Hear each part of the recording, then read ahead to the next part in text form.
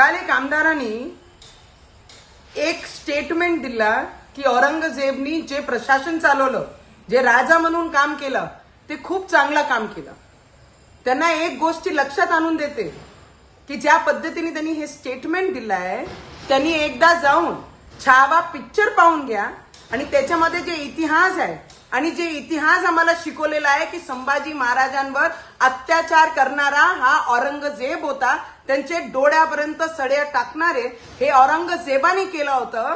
तर मी त्यांना एवढंच सांगन आणि आमचे महाराष्ट्र गव्हर्नमेंटला विनंती सुद्धा करत की औरंगाबादचं नाव ज्या पद्धतीने चेंज करून संभाजी नगर केलेलं आहे संभाजी महाराजांच्या नावाने, तर मी आज माझे गव्हर्नमेंटला अपील सुद्धा करन आणि विनंती सुद्धा करन, नाही ते असे जे औरंगजेबला महाराष्ट्रामध्ये राहतात आणि औरंगजेबला आपला बाप म्हणून मानतात, असे लोकांना उत्तर देण्याचं काम आता महाराष्ट्र गव्हर्नमेंटनी केली पाहिजे. हिंदुत्व विचारधारांची गव्हर्नमेंट म्हणजे आमची आज महाराष्ट्रामध्ये आहे, तर त्यांनी एकच काम केलं पाहिजे, ज्यांनी आमचे देव संभाजी महाराजांचे डोळ्यापर्यंत आणि एवढा अत्याचार केला, क्रूर पंथी दाखवली, तर असे औरंगजेबाची कबर त्या संभाजी नगर मधून उखडून फेकून द्यायची की जिथून यांना माहित पडलं की जर कोई हिंदू हित की बात नहीं करेगा तो वो यहाँ पर कोई भी नहीं रहेगा.